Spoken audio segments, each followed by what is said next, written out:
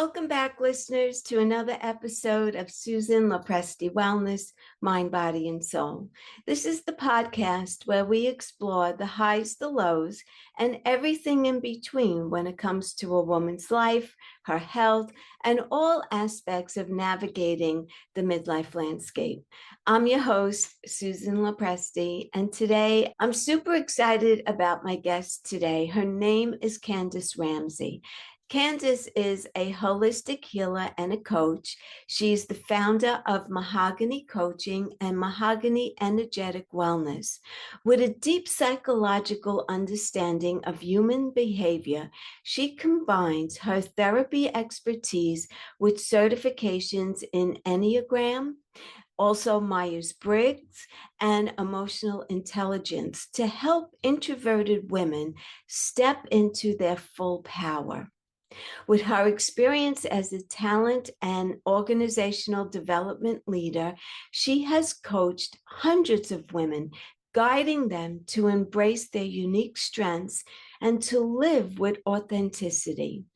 Her own journey, shaped by learning to align with her natural style of being, drives her passion for empowering others to break through self-limiting patterns, live with ease and alignment, and lead more fulfilling lives.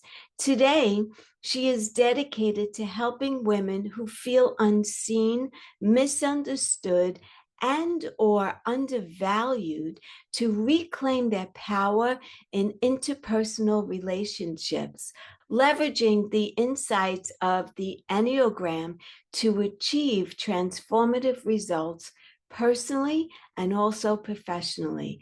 Candice is also a Reiki practitioner, sound healer, and meditation teacher.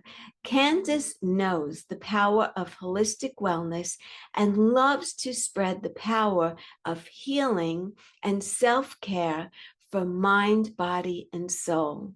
So without further ado, I am super excited for you to meet Candice. So Candice, thank you so much for coming on. I so appreciate you being here. And let's dive into this powerful topic today. Thank you for having me. I'm looking forward to it as well. You're welcome. So let's begin at the beginning. And what got you into this line of work that you're doing currently? Oh, yes. So I got into this line of work because I am the person that I help. So I work with introverted women, primarily trying to navigate an extroverted world. And when I say that, a lot of the women that I help, it's in their career, it's in their, professional life.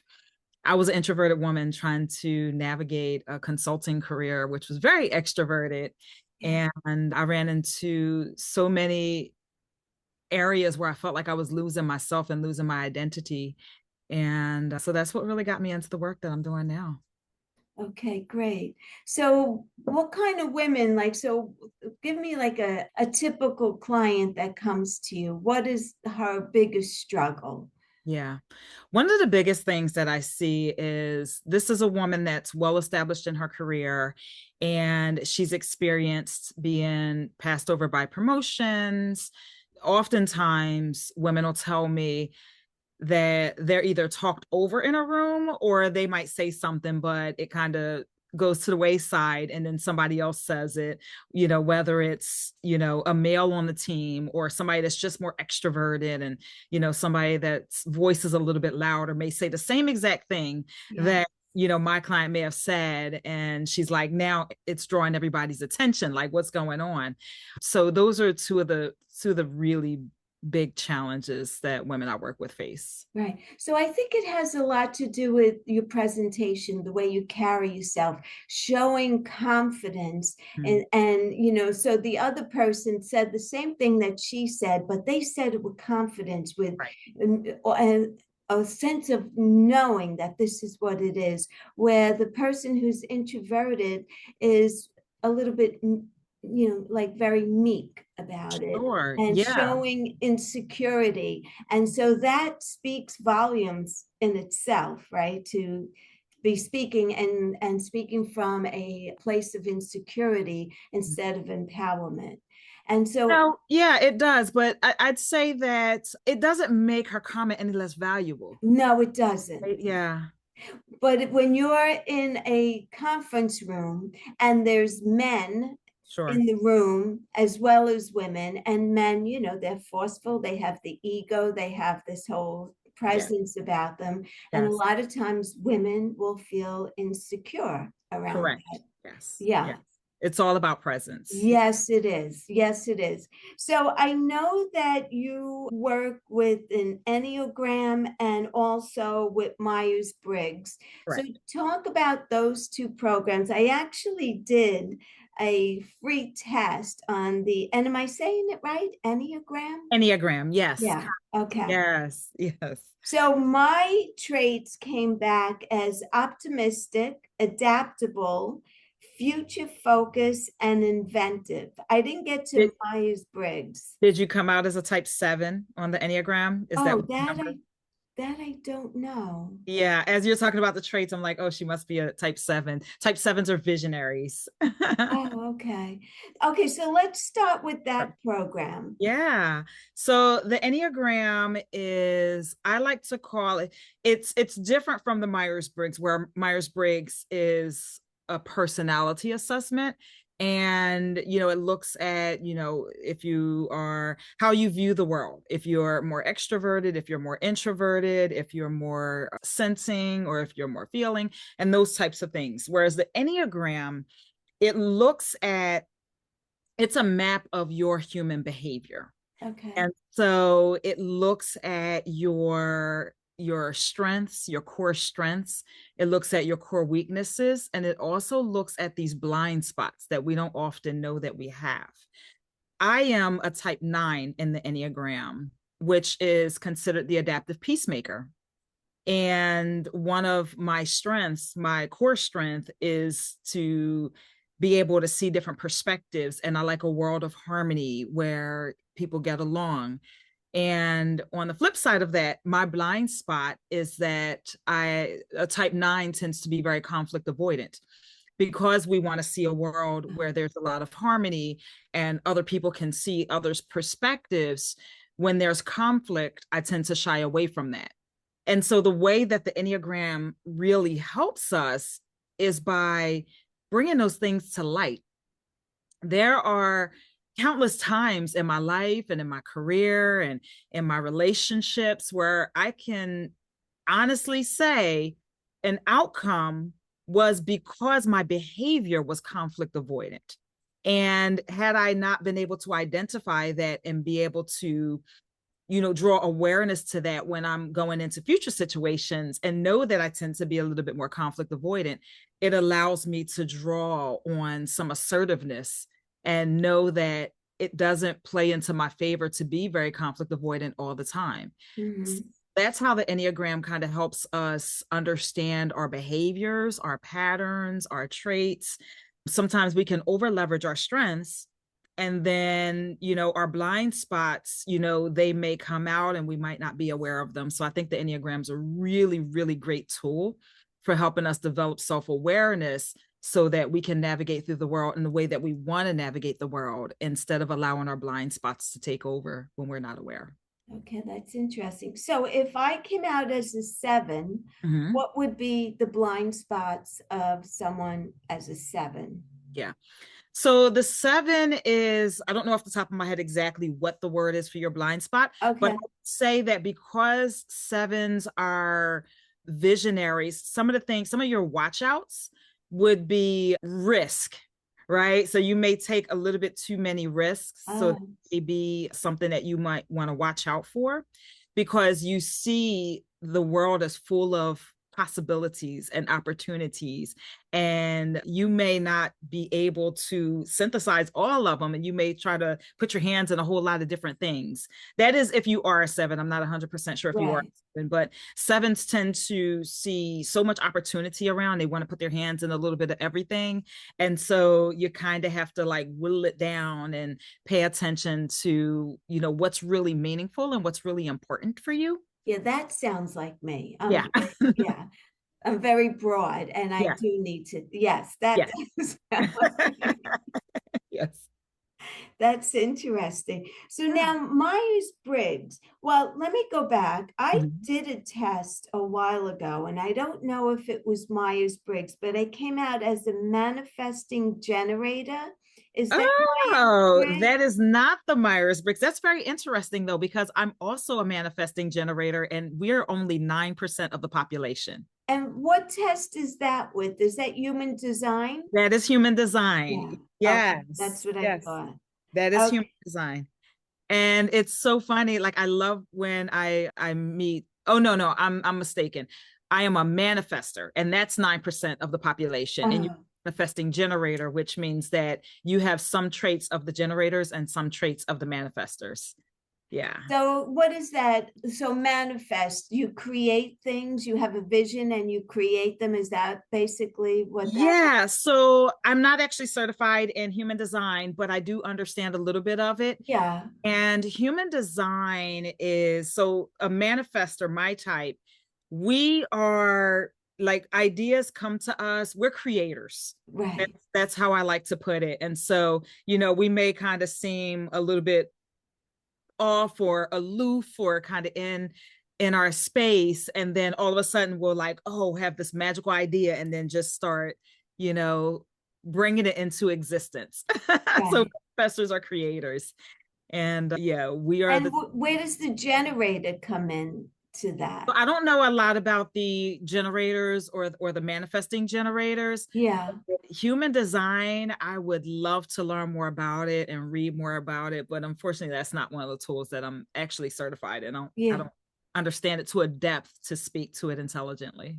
Okay, so let's talk about Myers-Briggs then. What Yes. what is that test about? Yes. So the Myers-Briggs, the MBTI, that's a very well known, it's one of the older personality assessments. So if you've ever heard somebody, talk about their 4-letter type, for me, for example, I'm an ISFP. And so that means I'm an introverted, sensor, feeler, and what's the P? All right, the P's eluding me right now. I know that the J is a judger, but the P is eluding me right now. But I'm an ISFP. And what that means is where I draw my energy from. So I'm more introverted. I draw my energy from being alone versus my extroverted counterparts who draw their energy from being around other people. And I'm a sensor, and the opposite side of the sensor is the intuitive. And so the intuitives, they see big picture. And so those are the type, if you are in corporate, they are the type that are the strategists usually, Hmm. because they can see a large vision. Whereas the sensing types, we pay more attention to detail, and we tend to be more on the execution side. So you'll probably see more sensors in maybe like operations, Yeah. where you might see more intuitives in maybe the C-suite, typically, because they are more big picture. And then the thinker and feeler are the next letters. I'm more of a feeler. That one's a little bit more self-explanatory than the other ones. The feelers do tend to be a little bit more in tune with human interactions, whereas the thinkers tend to be very analytical. So Yeah. you might see a lot of feelers in like HR, I where was in HR and I feel like I am a feeler. yes, yes. And then the thinkers, they find themselves in things like finance, or, they might find themselves doing like a statistics role or something like that. And then why is the P eluding me right now? But anyway, the last one is, perceiver. That's what it is. I'm like, why Ah, is P eluding me? Judger or perceiver. And so the judger and the perceiver. So judgers tend to be a little bit more, I like to think about it let's think about if you go on a trip and if you travel, like, are you more of the type where you'll kind of live out of your suitcase, and then, maybe by the third or fourth day of the trip, you're like hanging stuff up in the closet and doing things? Or are you somebody, as soon as you get to your hotel room, you open a suitcase, you hang your garments up, you set up the sink? So if you think about it like that, Judgers are the type that's going to hang up their garments right away. They're going to lay all the things out on the sink and they're going to like make themselves at home That's my before they go out. husband. Yeah. So he's probably a judger in his Myers-Briggs. And then the perceivers are kind of like, oh, I'll get to it when I get to it. That's me.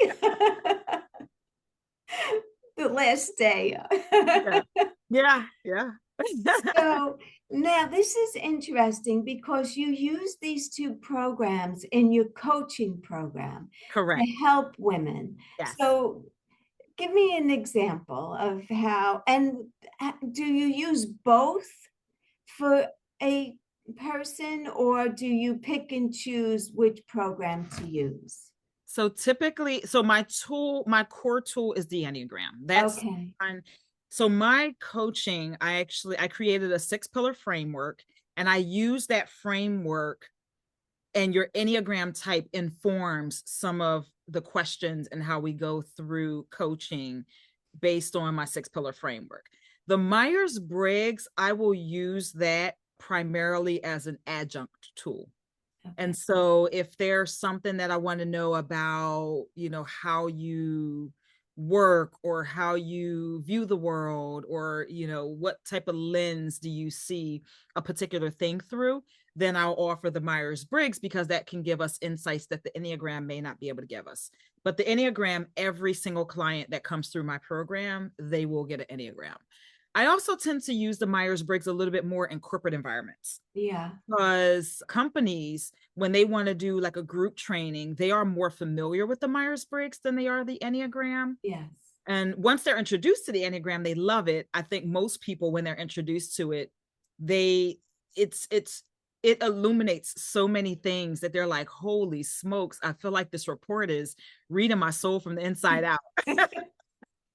And so people tend to fall in love with the Enneagram, but it's less known than the Myers-Briggs is. So a lot of organizations, they may request the Myers-Briggs. Okay. Yeah, that's where I was first introduced to Myers-Briggs, is when I was working in corporate. I was in corporate for like 27 years and in HR. So I did hear of that one. Graham, I've heard of recently, but I wasn't too sure about it, and I wanted to take the test. So that's where I came out. So now, what kind of coaching programs do you have? Do you do group coaching or individual, or a little bit of both? It's a little bit of both. So right now I put my group program on pause. I had a group program, but I'm starting to realize that a lot of the women that I work with, they like that direct one-on-one coaching, because when I was running my group program, I only offered 3 one-on-one sessions. And so we met as a group, and then that direct one-on-one interaction with me, they only got 3 of those. And I started to realize that my clients, they like that special, white glove service, and they like that the coaching is tailored specifically for them. So I put that group program on hold. And now what I offer is a program called Path to Clarity. And that's a 3-month coaching package. We meet for 6 sessions, and we go through each one of the 6 pillars that's in my framework. And then we coach through, and it's so all encompassing. So the pillars are leading, being, thinking, feeling, doing, and why is it always one? Every single time. Communicating.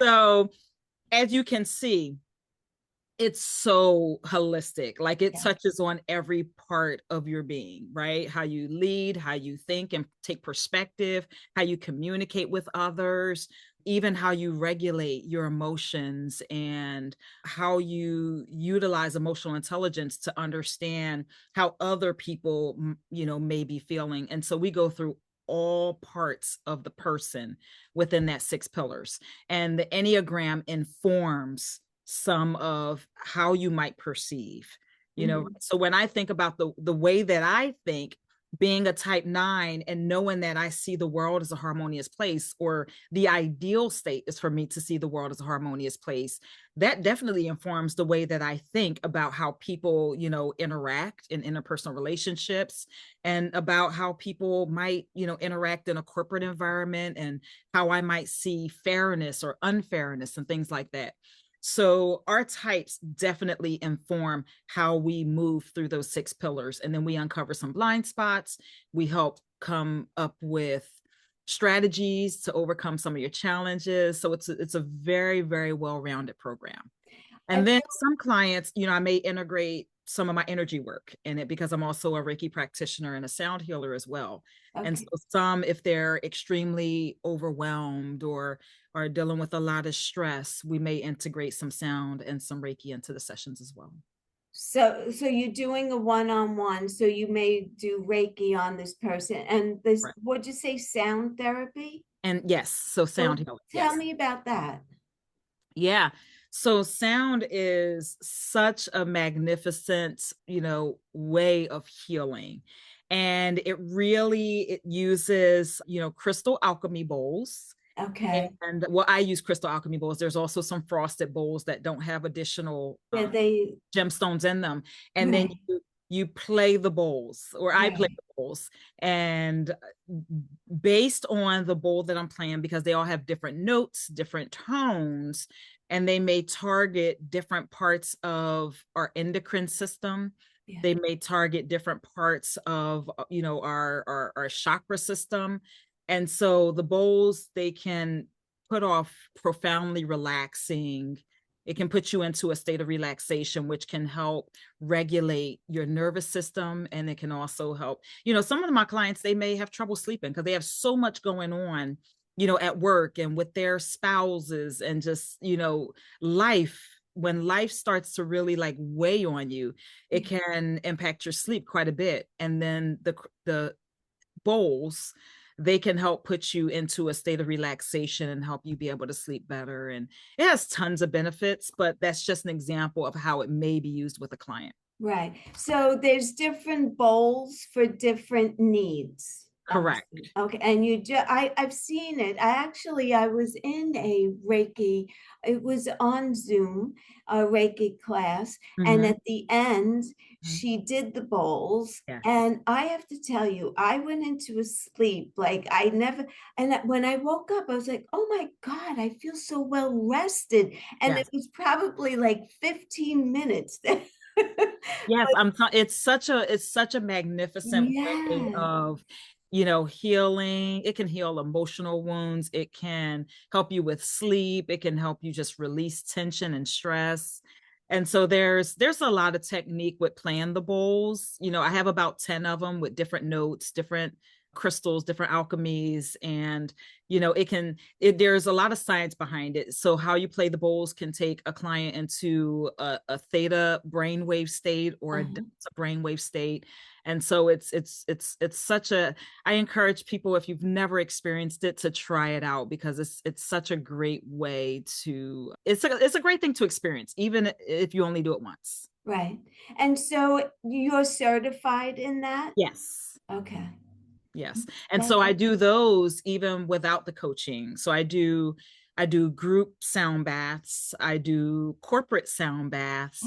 And I do individuals as well. So if an individual client, is, maybe have something that they might be struggling with, then I can just do a 1-hour individual sound bath with that person. Wow, that's great. I see, I just lost my train of thought because I wanted to ask you. Oh, do you find that most of your clients, women only, is who you work with?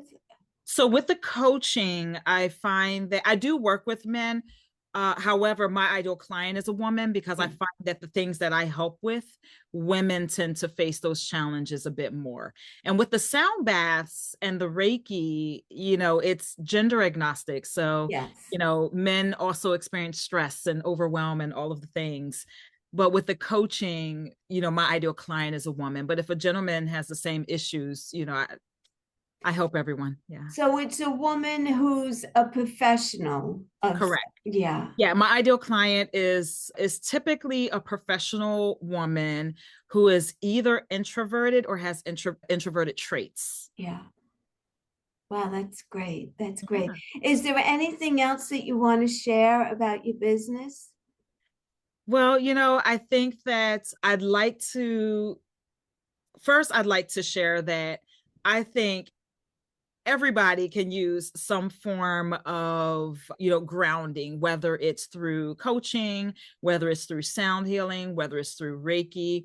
I think that a common misunderstanding is that kind of like therapy, where you have to be defunct in an area in order to participate in some of these things. But yes, we help with challenges, but we also help, bring you to a state of reaching your fuller potential. Yeah. And so you don't have to be in a state of despair in order to get some of these services. So that's the first thing that I'd like to say to your audience is everybody can use some type of coaching, sound healing, or Reiki. If you've never experienced it, try it out. It's a way of really, really embracing who you are. Yes. Um, I've been a Reiki practitioner for about 5 years now, and I recently got certified as a Reiki master. Oh, I And love it. I, Yes. So now you can train others. yes, yes. And not only that, but I do it, my family members and my dog. My dog loves me. And I see a difference. I mean, it's incredible. So, Yes. I tried to do Reiki on my dog. He doesn't sit still. He's a terrier. uh, And every time I try to give him Reiki, he's just like, oh, mom, pet me. yes. It's a little hard, but I do it for my plants. Definitely around the house. And my kids are in their 20s now. So they're like, yes, mom, Reiki me. Yes, my daughter does the same thing. So, Candice, where can people find you?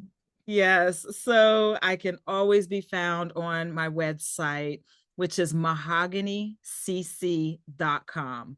Okay. mahoganycc.com. And then I am on all of the social platforms, which can also be found on my website. I'm on Okay. Instagram, Facebook, and LinkedIn. Okay, great. And I will put all of that information in the show notes so they'll be able to find you. And if anyone is interested in having a coaching session or sound bath or Reiki, they can find you and we could take it from there. So Indeed. I appreciate you coming on today. Thank you so much for spending some time with us. Yeah, And I love the work that you're doing. Keep on doing it, and I wish you the best of luck in the future, and come back on. I will. Thank you so much for having me, Susan. This was a great conversation. You're welcome.